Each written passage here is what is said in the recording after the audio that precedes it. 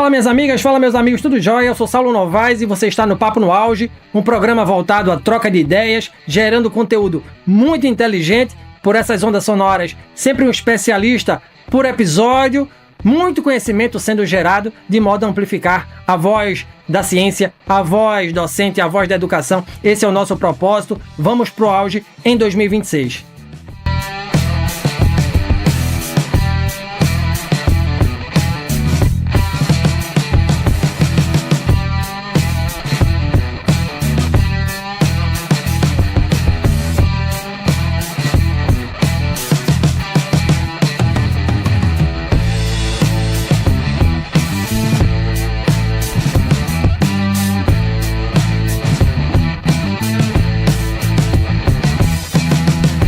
A China costuma ser vista como enigma ou ameaça, mas e se ela for, antes de tudo, um código cultural a ser compreendido?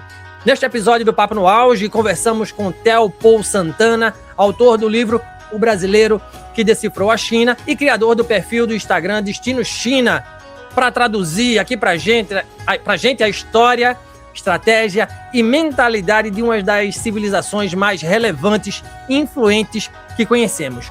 Theo é consultor em negócios internacionais há mais de 15 anos, vive no gigante asiático, é autoridade quando o assunto são negócios entre Brasil e China, conectando empresários brasileiros a oportunidades no maior centro produtivo do mundo. Vamos ultrapassar a muralha que separa China e Brasil neste momento. O destino é China. Theo, seja bem-vindo aqui ao Papo no Auge, de Tubarão, Santa Catarina, para a China, para o mundo. Satisfação imensa ter você aqui, meu nobre.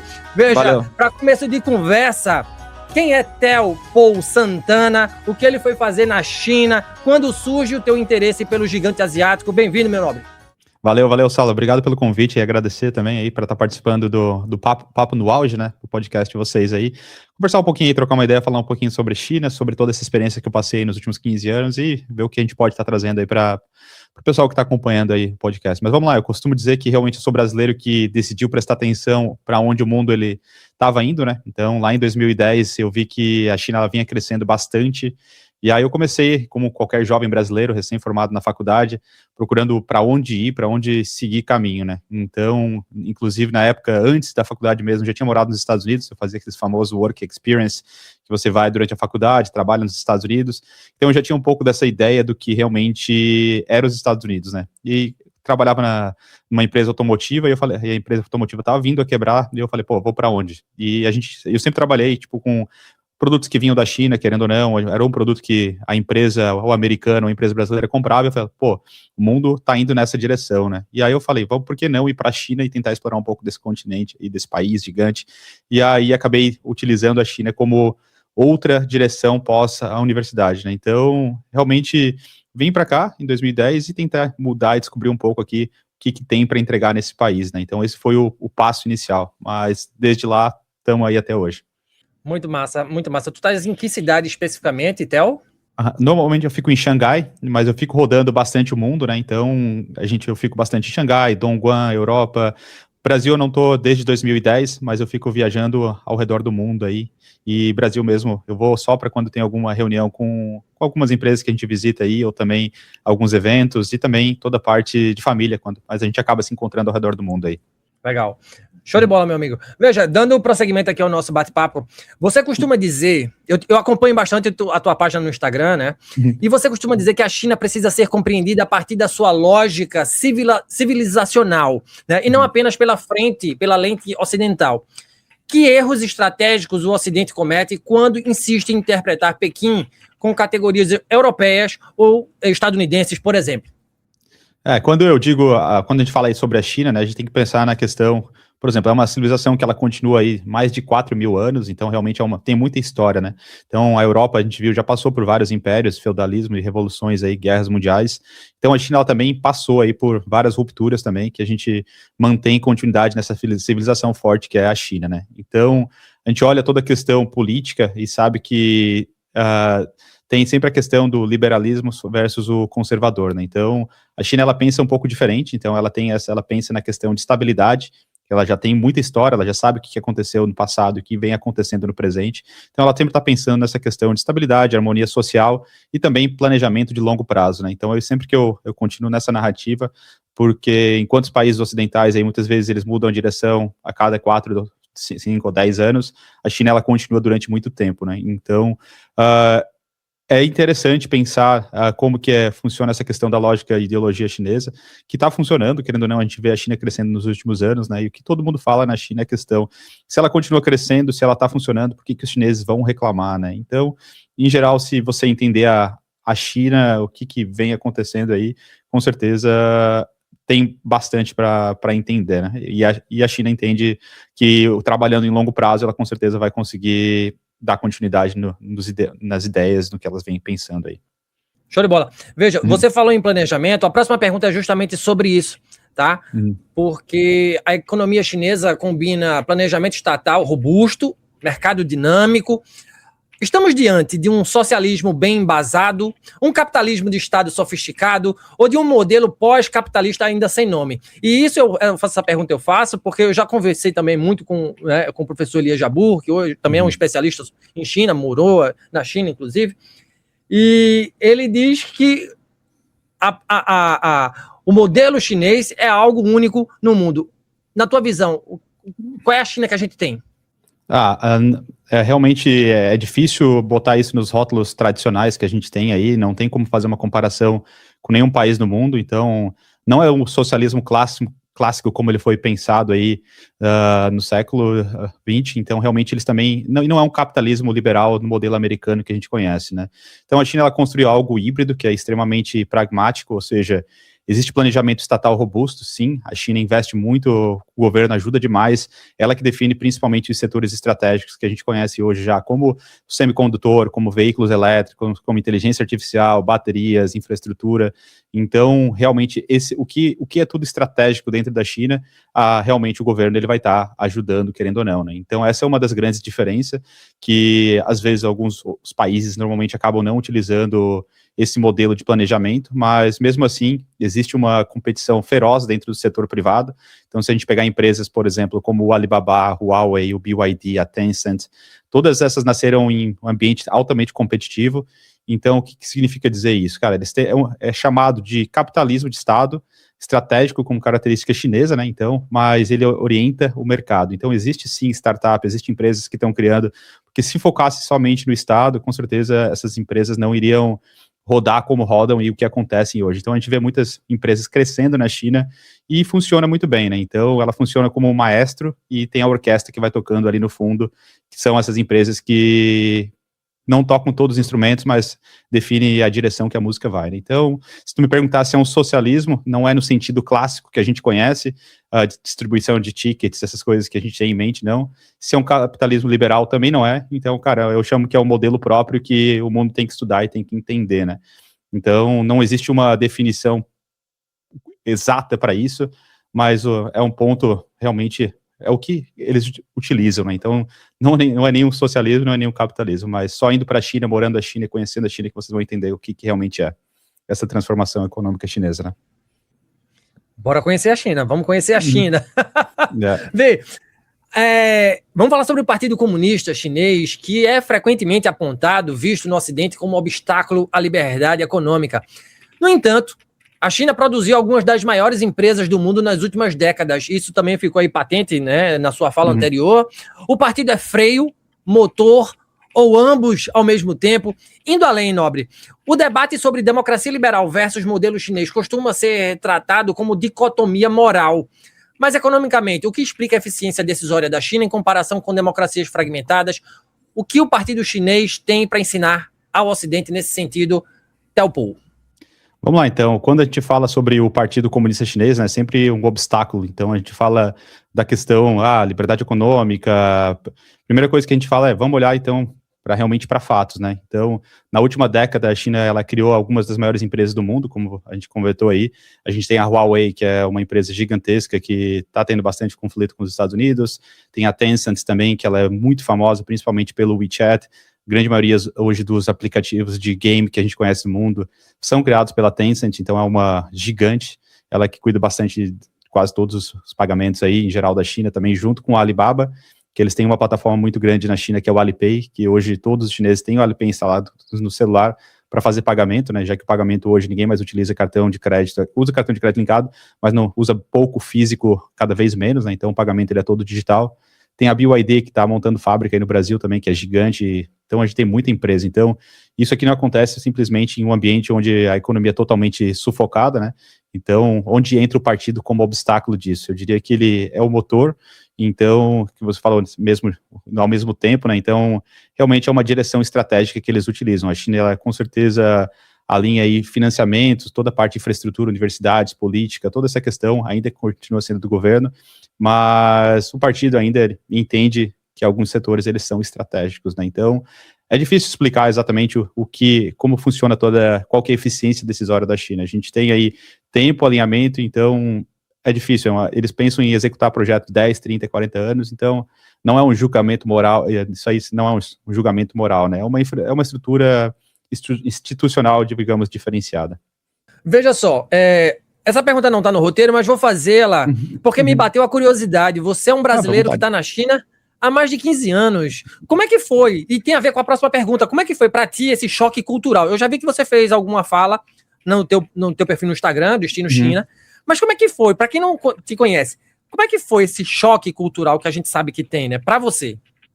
O choque cultural é sempre impressionante, assim, quando eu cheguei na China a primeira vez, nos primeiros meses, a única coisa que eu queria ir embora era só ir embora, assim, porque realmente existe um choque muito grande. Eu saí com o Brasil com uma cabeça completamente ocidental, né, então individualismo, imediatalismo, e acostumado a resolver tudo muito rápido, e aí quando você chega na China e vê que tudo funciona diferente, a primeira coisa que impacta, com certeza, é essa diferença, né? Você vê a língua, que é um problema, uma barreira, e você começa a ter todas essas dificuldades. Quando você vai para outros países, como Estados Unidos, Europa, você acaba querendo, mesmo com o latim ali, falando português, você consegue no espanhol errado, se sobreviver na França, sobreviver na Itália, sobreviver nos Estados Unidos, alguma palavra ou outra acaba sendo muito parecida, né? Mas quando você chega na China pela primeira vez e você fala, cara, isso aqui realmente não sinaliza, não fala, não tá nada com o que eu aprendi na minha vida, né? Então, realmente é um choque gigante, assim, né? No Brasil a gente é muito mais informal, então, por exemplo, questiona, brinca, improvisa, sai dando risada, toma cerveja, se diverte durante o dia a dia, mas quando a gente entra num país que a hierarquia é importante, a idade importa bastante, o cargo, o posicionamento dentro de uma empresa, isso importa demais, e as pessoas realmente levam isso muito a sério, principalmente com idosos, pessoas mais de idade, então realmente foi um choque gigante, assim, né? Então, principalmente hoje que eu vejo, assim, por exemplo, o brasileiro ele é muito imediatalista, ele quer fazer tudo na hora, quer resolver tudo na hora, e o chinês não, ele vai com o pé e ele pensa, não, vamos pensar exatamente daqui a quanto tempo, como que vai funcionar, qual que é a estratégia, eles são mais estrategistas, então, cara, é um choque cultural, é difícil descrever, assim, mas foram dias que eu acordava e falava, cara, o que eu tô fazendo aqui, né? Eu me perguntava assim, e olhava para a rua, todo mundo chinês falando sem ler uma palavra. Hoje eu sou fluente, mas na época foi um choque muito grande, assim. Eu lembro que eu era mais nova, eu chegava ligando para minha mãe triste, assim, falando, cara, o que eu tô fazendo aqui? Por que eu vim para a China, né? E aí é isso, não tem, mas o tempo vai passando, você vai aprendendo, você vai entendendo, você vai se adaptando e você chega desse tempo todo aí que a gente está até hoje, né? Joia, e quando foi que pra ti virou a chave, assim? Poxa, esse aqui não é aquilo que eu estava achando tão ruim. Cara, virou a chave quando eu comecei a falar a língua, então para mim a minha história foi interessante, que quando eu cheguei na China pela primeira vez, eu vim com o intuito de dar aula de inglês, e aí na época eu falei, não vou ficar dando aula de inglês aqui, que para mim realmente não faz sentido, né? Logo no primeiros dias, assim, eu falei, eu vou entrar numa universidade e vou estudar. Então, para mim, mudou a chave, assim, quando eu entrei na universidade, logo no primeiro mês, e eu comecei a ir para a escola, estudava 8 horas por dia, então eu acordava, eu ia para a universidade, aprendia a língua.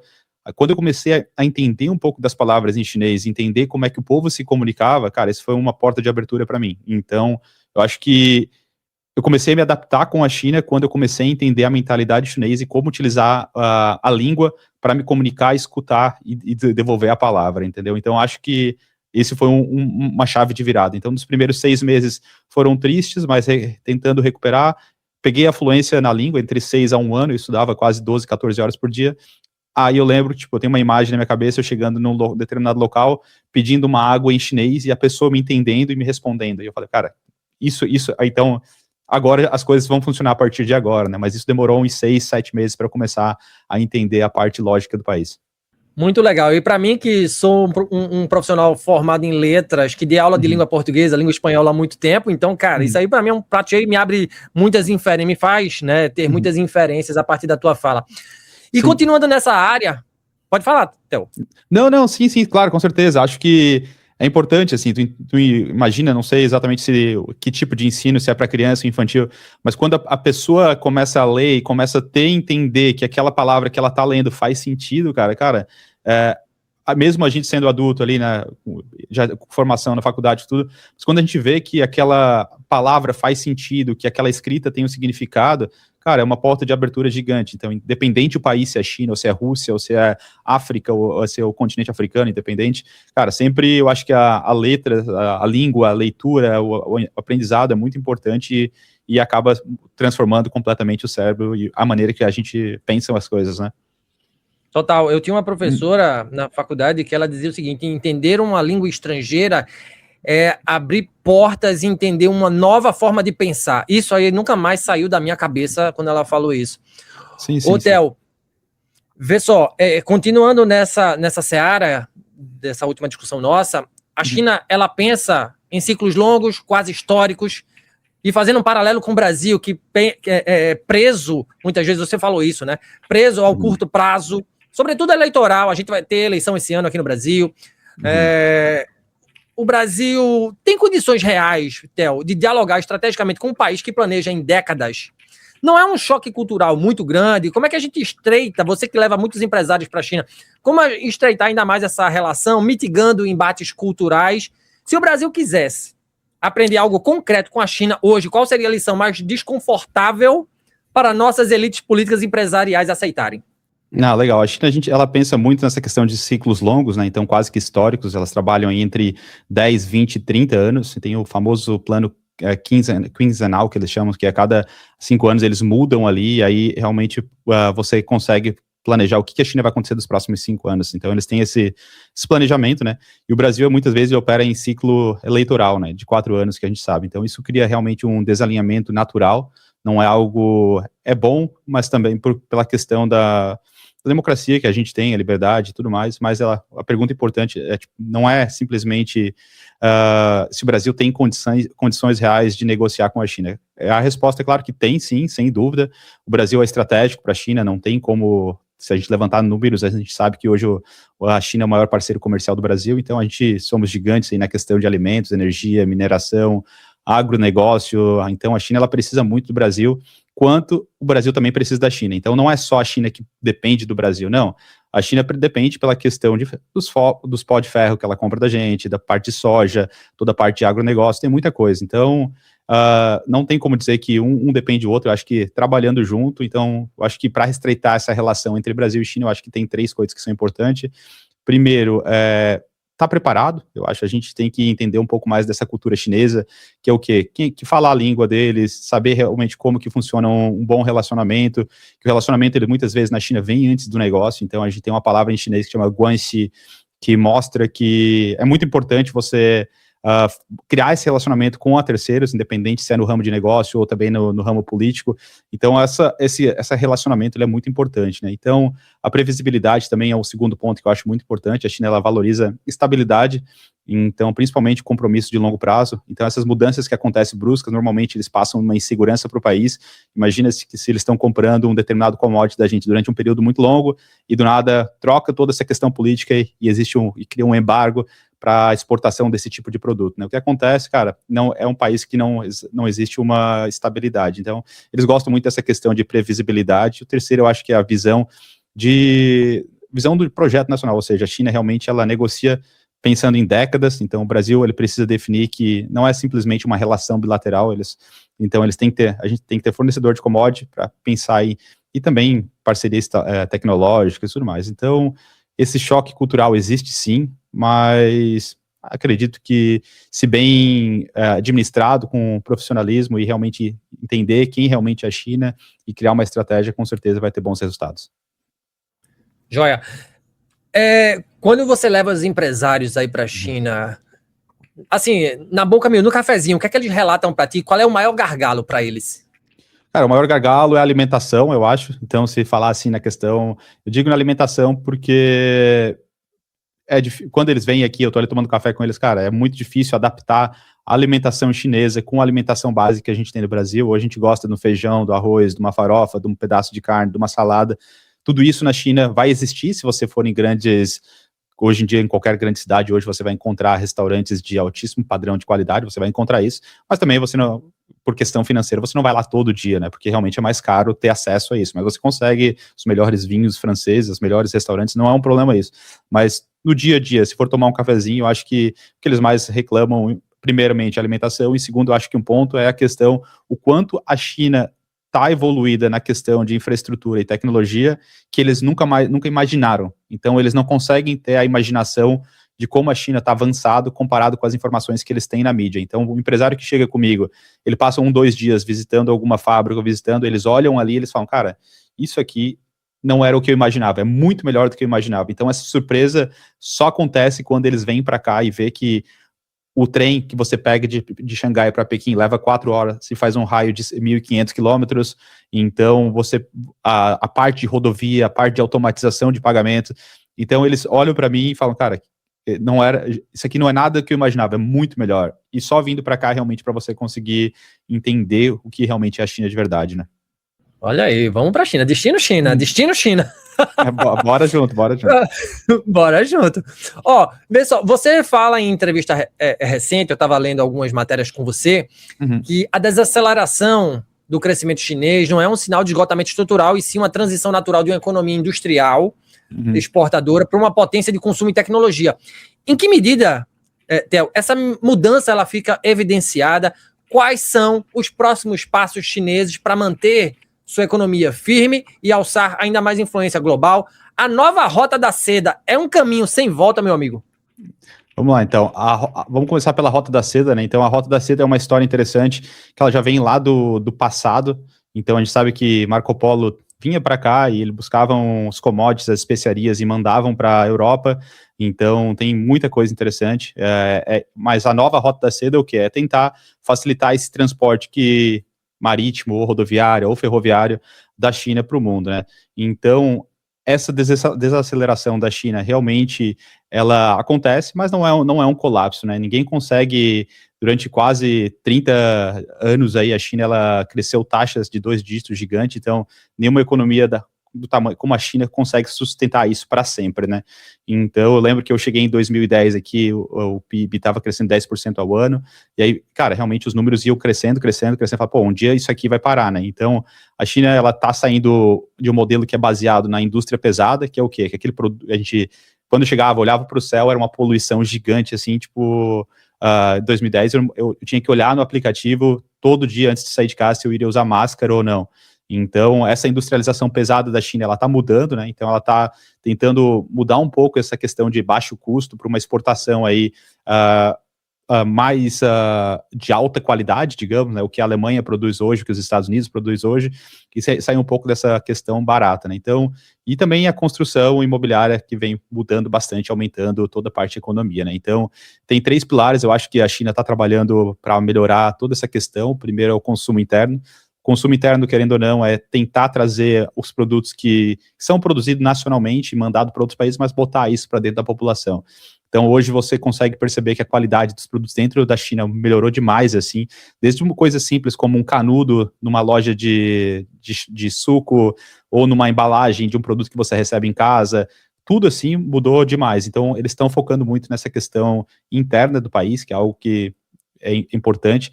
Também toda a questão de tecnologia de ponta, né? A gente está vendo hoje, aconteceu o Ano Novo Chinês, mostrou os robôs pulando, dando pirueta, subindo parede. Então, a gente está vendo que essa transição de tecnologia vem mudando bastante. Hoje, a gente tem uma China mais tecnológica que não via no passado, e também a questão de automatização industrial, né? Hoje, o foco, então, tá na China, todo mundo está falando, são alguns tópicos que eu acho que é bom a gente estar trazendo aqui.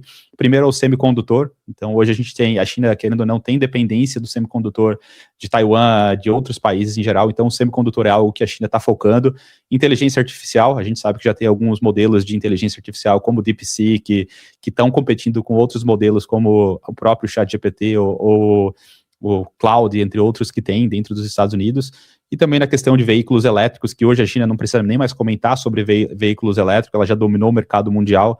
Então, falar de veículos elétricos, acho que já está um tópico antigo para a China, eles já dominaram, não existe ninguém mais para competir, empresas europeias vão decretar logo, vão parar de produzir, porque é impossível você competir com o mercado tão grande quanto a China, né? Então não existe, talvez a única que consiga bater de frente ainda na questão de veículos elétricos é a Tesla, que estão lançando, inclusive lançaram alguns modelos agora atualmente de troca de bateria, mais coisas que já existem há muito tempo na China, mas é mais por gosto nacionalista, ou seja, por ser um produto americano, ou por ser um produto europeu, que seja, mas nada por questão de tecnologias avançadas, né? E depois robótica, então, realmente quando a gente está vendo a China agora, a gente está vendo, então, um país que está mudando dessa sequência de produtos baratos, que a gente conhece, o Made in China, e transformando isso tudo em tecnologia, né? Então, a nova Rota da Seda, com certeza, não é somente a parte de infraestrutura que a gente está falando, também não é só porto ferroviário, é uma estratégia geoeconômica que a China vem criando. A China está criando corredores logísticos aí que a gente pode ver na internet, inclusive eu posto bastante, e acordos comerciais com dezenas de países na Ásia, na África, na Europa e na América Latina. Já fui inúmeras vezes para a África também, e quando você chega lá, eu estava no Quênia, numa favela lá no Quênia, e aí eu vi uma ponte, assim, e aí eu falo, em Nairobi, o nome daqui, Kibera, eu acho que era o nome da favela, a gente estava fazendo um projeto para ensinar futebol para crianças, e eu olhei, tipo, uma ponte no meio da favela, assim, eu perguntei pro cara que estava com a gente, e eu falei, o que é essa ponte aí? Falei, esse é um projeto chinês que eles estão montando aí, começou faz uns 3, 4 meses atrás, eles montando uma ponte, uma gigante, uma infraestrutura, assim, no meio do Quênia, né? Então, isso aí mostra que a China quer o quê? Com certeza ela não está montando essa ponte ali por questões de, vou botar uma ponte ali no Quênia. Não, cara, ele está pensando em pegar, provavelmente, produtos, a desenvolver o Quênia, provavelmente ver o commodity que aquele país está produzindo, que hoje não consegue tirar dali por questões logísticas, e está tentando trazer cada vez mais para a China, né? E então essa é a ideia da Rota da Seda inicial, você conseguir ligar a China e colocar ela como centro do mundo, né? Então é isso. Muito legal, muito legal. E eu queria dar um recado aqui para a galera da UFSC Joinville, onde eu trabalho, que lá temos um curso de engenharia de transportes e logística, e aí deixa, né, a fala do Theo Paul sobre essa questão logística, pensar estrategicamente como chinês para trabalhar numa empresa chinesa que certamente vai construir muitos canais, muitas rotas logísticas mundo afora. Então fica aí a oportunidade para os alunos de engenharia, transportes e logística da UFSC Joinville. Ô, Theo, bateu uma curiosidade aqui.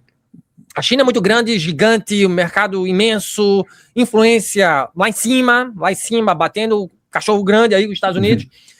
Eu queria saber de ti, bater a curiosidade, como é que tem sido a relação, por exemplo, com o Japão? É um inimigo histórico, né? Um desafeto histórico da China, Coreias e Taiwan. Como é que você vê essa situação aí na China? Vamos lá, vamos começar então primeiro pela questão do Japão, né? Então, se a gente começar pelo Japão, ali a relação do Japão, ela é marcada por traumas históricos, né? Então, se você visitar bastante cidades aqui, como até próprio Nanjing, aconteceu um massacre gigante. Então, durante a Segunda Guerra, que eles chamam de Segunda Guerra Sino-Japonesa, né? Que é o Japão, ele invadiu parte da China e ele cometeu atrocidades gigantes dentro do país, né? Então, isso acabou causando uma memória bem pesada para os chineses em si, e também a relação que existe essa desconfiança histórica que aconteceu, então, mas tem a questão também econômica. A China e o Japão, eles são profundamente independentes, digamos, né? O Japão é uma das maiores investidores aí na China, a gente vê, inclusive eu passei um mês no Japão agora em dezembro, então a cadeia produtiva, elas são meio que, a tecnologia japonesa, ela ajudou muito no processo de industrialização chinesa, a gente não pode tirar isso, a gente sabe que tem inúmeras empresas como a Sony, Mitsubishi, Toyota, então tem muito essa relação e cooperação econômica ao mesmo tempo, né? Mas é claro que também no outro lado tem toda essa questão sangrenta que foi o massacre que aconteceu no passado, né? Mas isso é a história que daria para ficar falando uma hora aqui. mas a relação entre Japão e China ainda, ela existe, é muito forte. Então, se você vai para as grandes cidades, por exemplo, Xangai, se for para Shenzhen, você vai ver muito escritório japonês e muitos japoneses trabalhando diariamente lá, porque o Japão não consegue produzir tudo. Então, se você vai no Japão, inclusive eu fiz até um vídeo, eu coloquei no nosso Instagram, que eu olho um produto e falo, vamos ver se o japonês aqui realmente ele compra ou não compra o produto chinês. Aí eu peguei 10 produtos numa loja e falei, vamos ver. Made in China, próximo, Made in China, próximo, Made in Japan, próximo, Made in China. Então, quer dizer que o japonês, ele fala mal do chinês, o chinês fala mal do japonês, mas no final ele continua ainda comprando o produto, né? Então, é uma relação de conflito, mas, querendo ou não, um ajuda o outro, um tá comprando o outro, e aí a mídia fica naquela de mostrar, não, o Japão odeia a China odeia o Japão, não tem nada disso, os dois estão trabalhando, estão fazendo a economia funcionar, mas é claro que no fundo, um não gosta do outro, mas ainda assim ele continua tendo essa relação, né? E se a gente voltar para a Coreia do Sul, que também é uma relação menos traumática histórica, porque ela é uma questão mais estratégica, né? Então a China realmente é um parceiro comercial gigante da Coreia do Sul, e, inclusive tem empresas, por exemplo, a Samsung, a Hyundai, todas essas elas são dependentes fortemente do mercado chinês, então todas elas estão presentes na China. Se você for em grandes cidades, você vai ver prédios gigantes da Samsung, eles precisam vender esses chips, esses componentes, esses semicondutores para as empresas chinesas, e a China também precisa, né? Então, mas não existe uma tensão muito grande, tipo, geopolítica, porque a aliança com a Coreia do Sul é muito boa. Só a única questão principal que eu vejo entre Coreia do Sul é essa aliança que a Coreia do Sul tem com os Estados Unidos. Então, existe hoje um sistema antimíssil dentro do território sul-coreano. Eu já fui tanto para a Coreia do Sul quanto para a Coreia do Norte, já visitei os dois lados. Então, na parte econômica, a China vem trabalhando muito com a Coreia do Sul, mas na parte militar, se a gente for para analisar, os coreanos precisam da ajuda dos Estados Unidos para também poder ficar se defendendo contra a Coreia do Norte, que é um conflito para eles. Então, eu acho que o maior problema da China com a Coreia do Sul é essa questão militar e presença dos Estados Unidos logo próximo do país, né? E querendo ou não, Seul ou a Coreia está muito próximo de Pequim, né? Então isso gera uma incerteza para os chineses, né? E aí o terceiro ponto é Taiwan. Taiwan é um ponto mais sensível de todos, eu acredito. Por exemplo, para Pequim, Taiwan, ela é uma província da China, uma província que a gente chama província rebelde, né? Que ela deveria ser reunificada, mas Taiwan existe também toda a identidade própria, ela tem um sistema político bem diferente do da China. Já fui para Taiwan também, e o que eu sempre falo é que Taiwan, ele manteve as raízes que a China provavelmente perdeu. Então, os templos que você visita dentro de Taiwan, toda a parte cultural, ela mantém intacta. Então, o que aconteceu ali é mais também a questão histórica, né? Mas o que entra hoje na questão Taiwan, que está todo mundo falando, eu acho que a China não precisa desse espaço, esse espaço é um espaço de terra, mas é a questão tecnológica, né? Então, Taiwan, ela abriga uma das maiores empresas do mundo, que é a TSMC, que é a maior fabricante de semicondutor do mundo. Então, isso também toma um pouco a China, beleza, eles têm a maior empresa de semicondutor do mundo, então a gente pode estar tentando pegar essa tecnologia, né? Então, isso é o que torna Taiwan estratégica não só para a China, mas para o mundo inteiro. Então, existe esses três países que a gente comentou, né, mas é muito interessante se parar para analisar, mas Taiwan, acho que é mais a questão histórica mesmo, assim, tipo querendo ou não, a história é simples, o pessoal saiu da China para se escapar de um determinado regime, foram para Taiwan e se isolaram e alguém protegeu, mas é isso, existe rivalidade, orgulho, história, muita coisa, então daria para ficar falando horas e horas aqui desses três países. Muito legal, obrigado por tuas respostas e pela tua gentileza em responder. Ô Theo, para a gente fechar aqui, querido, tá? Você decifrou a China, certo? Exatamente. Você conhece como poucos ocidentais, como pensam os chineses. 15 anos não são 15 dias, né, meu amigo? Venhamos e convenhamos. Qual é a chave... Oi, pode falar. Não, eu sempre falo, tipo assim, hoje a China, ela tá, querendo ou não, uma tendência mundial, assim, né, então quando eu utilizo o termo decifrou a China, realmente são 15 anos, né, não são, 15 dias, e hoje, como a China vem crescendo mundialmente de uma forma muito rápida, assim, eu vejo as pessoas, eu preciso de China, e aí o que mais eu vejo são brasileiros que vêm para a China de imediato, sem falar a língua, sem entender uma palavra, sem entender a cultura, e apresentando a China como se fosse um especialista da China, ou que entendesse realmente aquilo. Não vejo um problema, pode ser que o cara estudou por 6 meses, ali, assim, 1 ano, 2 anos que a China começou a crescer, mas, cara, não vem agora tentar ser mais rápido do que a velocidade. Pô, são tempo, você tem que estudar, você tem que aprender, você tem que ir atrás. Então, por isso que eu utilizo o decifrou, porque, cara, é uma palavra que realmente levou tempo, né? Então, o que eu sempre digo, assim, no local que eu morava, na primeira cidade, em 2010, eu lembro que eu tenho uma foto aqui, outra hora eu posso compartilhar, que é o quê? Na minha casa, literalmente, tinha um celular tijolão da Nokia, eu não tinha smartphone na época, eu acho que era o iPhone 2 ou 3 na época, eu não tinha ainda, e tinha um mapa gigante dentro da minha mesa, assim, para eu poder me localizar e saber onde é que eram os lugares, né? Porque não tinha outra maneira. Claro que depois foi evoluindo, a tecnologia foi chegando celulares, o Google Maps foi entrando, então eu tinha o computador para ver alguma coisa ali no Google Maps, ou eu tinha um celular tijolão para poder sair na rua, né? Mas é isso, era difícil, era tempos diferentes, hoje as coisas ficaram muito mais fácil com inteligência artificial, com internet, com celular, com smartphone e tudo mais, que realmente mudou, né? Mas é isso, desculpa aí. Não, tranquilo, cara, tranquilo, valeu. E você é muito gentil quando diz que o cara em 6 meses pode ser um especialista em China. Você é muito gentil em dizer isso. Que nem você falar que sou formado em letras, estudei 3 meses. Tipo, cara, é impossível, não dá pra ler 3 livros, sei lá. Pois é, cara, pois é. Então, assim, muita gentileza sua. Não é possível. Vê só, Theo, e aí, qual é a chave? Você já deu uma pontuada nessa tua última fala, mas para ratificar, né? Qual foi a chave, ou qual é a chave usada por você para decifrar esse povo, visto por nós como uma sociedade tão diferente? E eu queria também que você falasse um pouco sobre o seu livro, né? O Brasileiro que Decifrou a China. O que é que a gente vai encontrar nesse livro? E há uma derradeira pergunta: tu ainda tem vontade de voltar para o Brasil?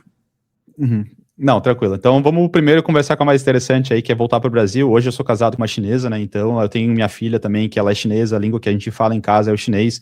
Então tenho vontade, sim. Acho talvez morar na praia, morar em Garopaba, Santa Catarina, morar em Floripa ali, ficar de boa.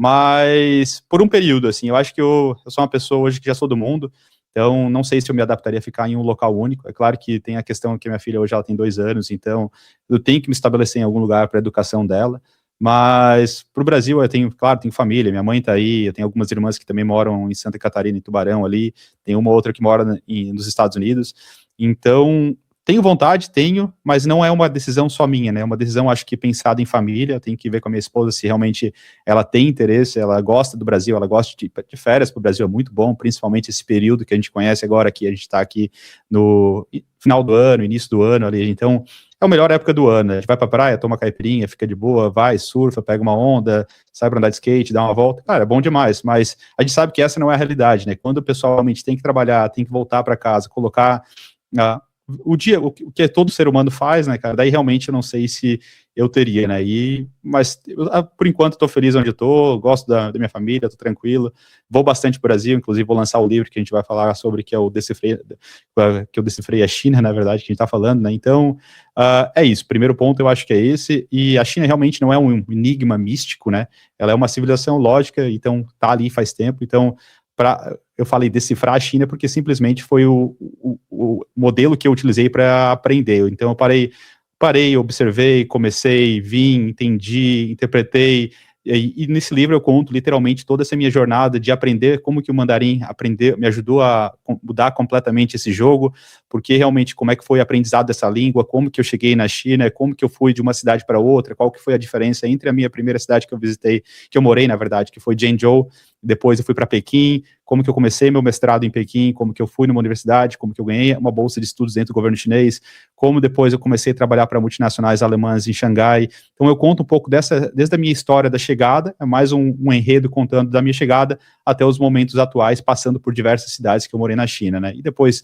em trazer empresários brasileiros para cá, entender como que era a percepção dos empresários aqui dentro do país, como que foi meu primeiro cliente, histórias que realmente aconteceram durante todo esse período, um cliente que veio a quebrar um dente, a gente tem que ir para o hospital, e histórias que acontecem durante o dia a dia, né? Então, por isso que a gente utiliza isso. Então, essa seria a ideia de mostrar um pouquinho de como que, por isso que eu utilizei o nome Brasileiro que Decifrou a China, não é apenas sobre negócio, né? É mais a questão de mentalidade e como essa trajetória minha mostrou aí de atravessar, sair de uma cidade de Tubarão, Santa Catarina, vir para a China e começar a tentar explorar esse continente sem nada, né? Somente com uma mochila, cara, coragem e sorte. Então é isso que eu tento trazer para as pessoas e tentar motivar os jovens brasileiros que estão aí, que querendo ou não, estão nessa idade aí, recém-formado de universidade, não sabe para onde ir, quer ir para algum lugar, tem essa vontade, essa curiosidade. Eu acredito que é algo interessante para esse tipo de pessoa, realmente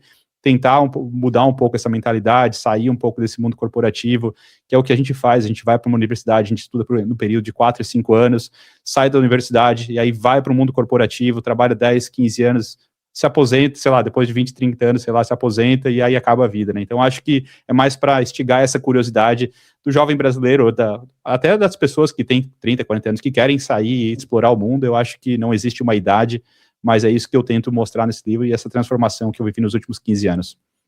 Coragem e estratégia, esses são os atributos, ao meu ver, de Theo Paul Santana, e assim a gente chega, infelizmente, ao fim do Papo no Auge de hoje. Eu conversei com Theo Paul Santana, um brasileiro global, mora na China, mas é do mundo, especialista em China e autor do livro O Brasileiro que Decifrou a China, um papo super esclarecedor. Theo, obrigado por sua participação aqui no Papo no Auge, fiquei muito feliz quando você topou participar, tá? Quem quiser saber mais sobre o seu livro, sobre o seu trabalho, onde te encontrar, aos empresários brasileiros que querem desbravar negócios com a China, como é que faz para chegar ao destino China? Brigadão. Não, valeu. A gente falar um pouco, então, a gente hoje tem o nosso Instagram aí, que é o Destino China.